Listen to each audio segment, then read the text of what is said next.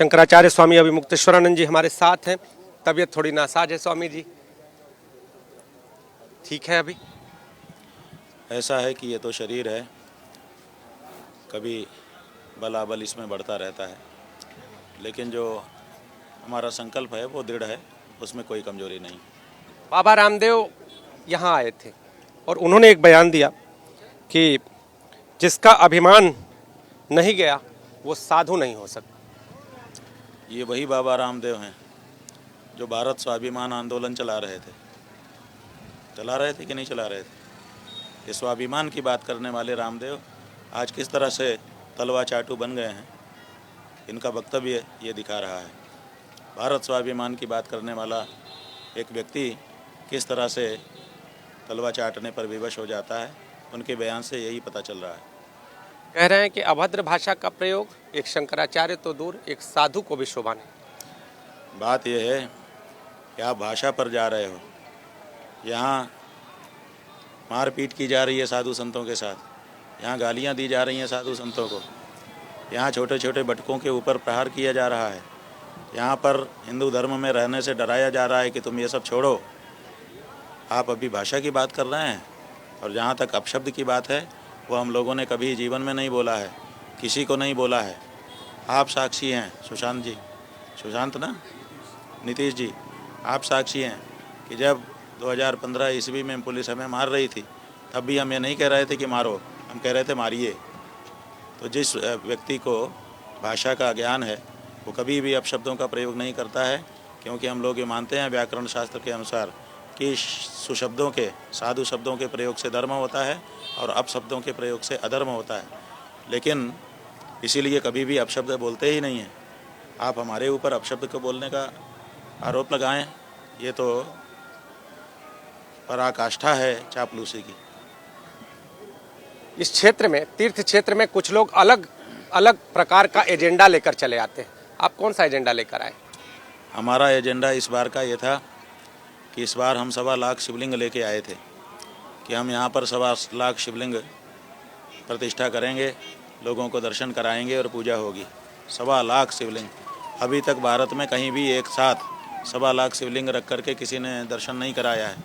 तो वो काम हम करने वाले थे, हमारे शिवलिंग आ चुके थे, लेकिन प्रशासन ने हमको ये नहीं करने दिया, जिसके कारण सनातन धर्मी जनता 1.25 लाख शिवलिंग के दर्शन से वंचित रह गई। जिस तरह से आपने मंदिरों को तोड़ने को लेकर जो बयान दिया था, जिस तुलना जो की थी, उसको लेकर उन्होंने बोला कि योगी को लेकर इस तरह का बयान देना ठीक नहीं, उचित नहीं। योगी को लेकर इस तरह का बयान देना ठीक नहीं है, ये वो कह रहे हैं। और योगी को मंदिर तोड़ना ठीक है, मूर्ति तोड़ना ठीक है? योगी के राज में मंदिर और मूर्तियां तोड़े जाएं धड़ल्ले से और मलबा बना के फेंका जाए, ये ठीक है? इसके बारे में कौन बोलेगा? बाबा रामदेव तो आर्य समाजी हैं, वो तो मंदिर और मूर्ति मानते नहीं हैं। हम तो आस्थावान सनातनी हैं, हम तो मंदिर और मूर्ति में आस्था रखते हैं, हमें तो पीड़ा होती है। जो आर्य समाजी है उसको क्या पीड़ा होगी? एक तरफ सीएम अपना बयान दे रहे हैं, एक तरफ जो डिप्टी सीएम है वो कहीं ना कहीं अलग बयान दे रहे हैं। आप क्या कहना है इसमें? देखिए, भारतीय जनता पार्टी में अंतर्द्वंद्व इस समय चल रहा है। जो जमीर वाले नेता हैं उनको लग रहा है कि पार्टी के द्वारा गलत परंपरा स्थापित की जा रही है, गलत निर्णय लिए जा रहे हैं और गलत कार्य हो रहा है, इसलिए अंदर उनके लड़ाई चल रही है, संघर्ष चल रहा है। सुनील बराला नाम के एक भारतीय जनता पार्टी के नेता हैं, कल उन्होंने कहा कि मुझे भारतीय जनता पार्टी में रह करके दुख हो रहा है, ये क्या हो रहा है, ये नहीं होना चाहिए।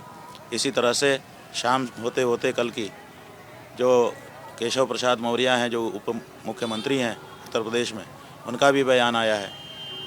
लेकिन जो मुखिया हैं आदित्यनाथ, वो अभी भी गलती मानने को तैयार नहीं है और दूसरों को गलत सिद्ध करने की चेष्टा कर रहे हैं, जो कि हो नहीं पाएगी।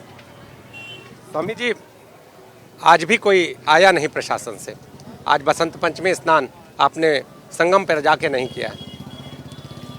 ऐसा है कि हम यहाँ बैठे हैं तो क्या प्रशासन के आने की राह देख करके बैठे हैं? ऐसा मत सोचिए। हम तो अपनी टेक पर बैठे हैं।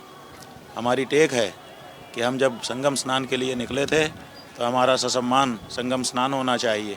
जब तक नहीं होता है हम बैठे हैं, हमें जहाँ ला करके बैठा दिया गया है, हम किसी की प्रतीक्षा नहीं कर रहे हैं। वो आएंगे तो अपना भला करेंगे, नहीं आएंगे तो उनका पतन होगा। हमारा क्या है, हम तो तीर्थ क्षेत्र में है ही हैं।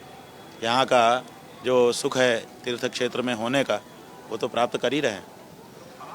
या ना हो, अपना भला अपना पतन, ये कहना है शंकराचार्य स्वामी अभिमुक्तेश्वरानंद सरस्वती जी का।